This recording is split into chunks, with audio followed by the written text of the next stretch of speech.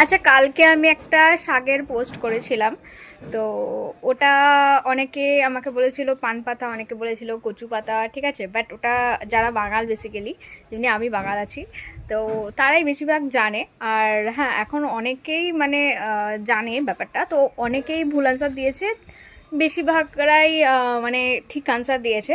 But আমি এই বাড়িতে এসেছি নতুন পল্লীতে, মানে আমার যেটা আমার মা বাবার বাড়ি। তো সেখানেও একটোর গাছ আছে, আমি তোমাদের দেখাচ্ছি এটা দেখতে কেমন হয়।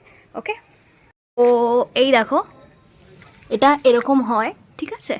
এখানে একটা হয়েছে, এখানে একটা হয়েছে, মা লাগিয়েছে, ঠিক আছে। তো এটাকে ও খ্যাটকোল, কেউ খ্যাটকোল বলে, কেউ খারকোল বলে, ঠিক আছে। তারপর আরও অনেক অনেক কিছু নামে বলে, বাট আমরা খারকোল বলি, ঠিক আছে, খ্যাটকোলটা বলি না। তো খারকোল শাক বলি, যেটা একটা বাটা রসুন দিয়ে কালো জিরা দিয়ে অসাধারণ লাগে, মানে জাস্ট ইয়ামি। মানে এটার স্বাদ হচ্ছে 5 স্টার হোটেলের, আমার তো মনে হয় যে আমার বেসিক্যালি 5 স্টার হোটেলে যা খাবার খাবো তার থেকে এটা বেস্ট লাগে। তো যারা কোনোদিন খাওনি, সেইভাবে বাজারে পাওয়া যায় না, যদি বাই চান্সলি পাও তাহলে একবার ট্রাই করো।